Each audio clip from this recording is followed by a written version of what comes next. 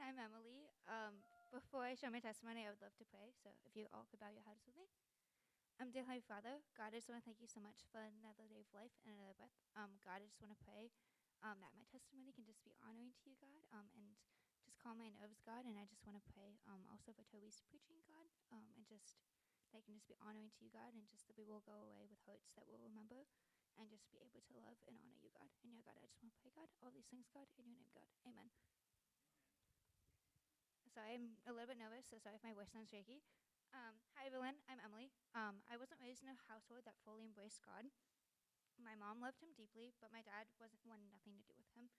When I was 5, my dad chose to be an unfaithful man, which led to my parents getting divorced. This left me feeling helpless, unloved, and more than anything, angry.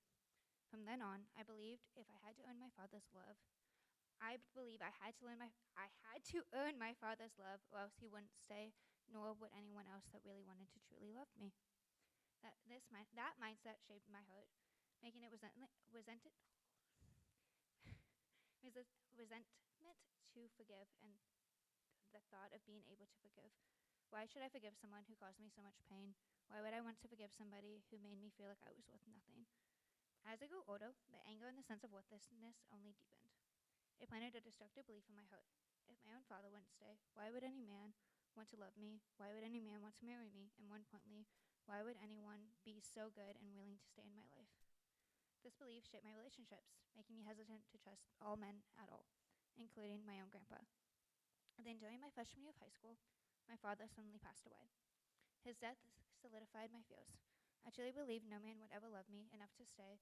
This despair led to suicidal thoughts, and I felt completely alone, even though I had family.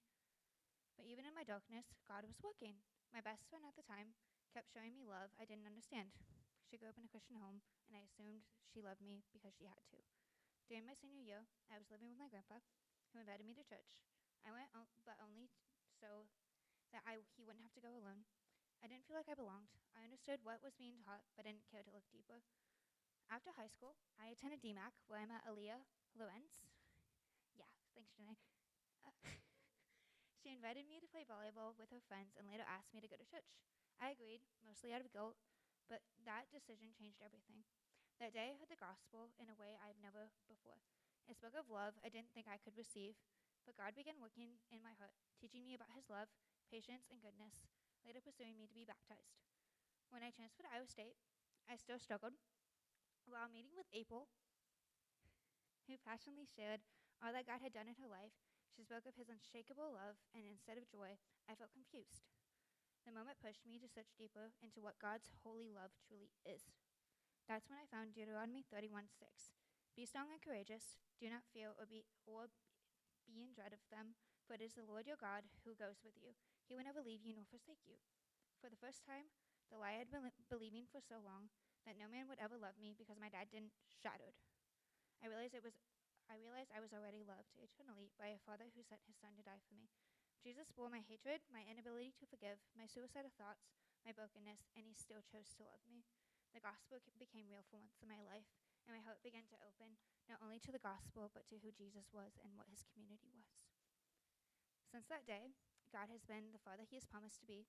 He has taught me the true meaning of forgiveness, the power of community, and most importantly, how deeply he loves me, even though I fall short every single time. As Ephesians 3:17-19 says, so that Christ may dwell in your hearts through faith, that you, being rooted and grounded in love, may have strength to comprehend with all the saints what is in the beneath and length and height and depth, and to know the love of Christ that surpasses knowledge, that you may be filled with all of the fullness of God. Even now, I still struggle with depression, anxiety, my eating disorder, and fully forgiving my father, which is something that God is still working me in. But through God, I am healing from my past and things I couldn't control. I have seen his work in me and through his people. He never abandons his children. As Psalm 94:14 says, for the Lord will not reject his people. He will never forsake his inheritance. Through every high and low, I have seen God's love. My life is no longer my own. It belongs to him. My thoughts are his thoughts. My path is for him alone. Thank you for letting me share.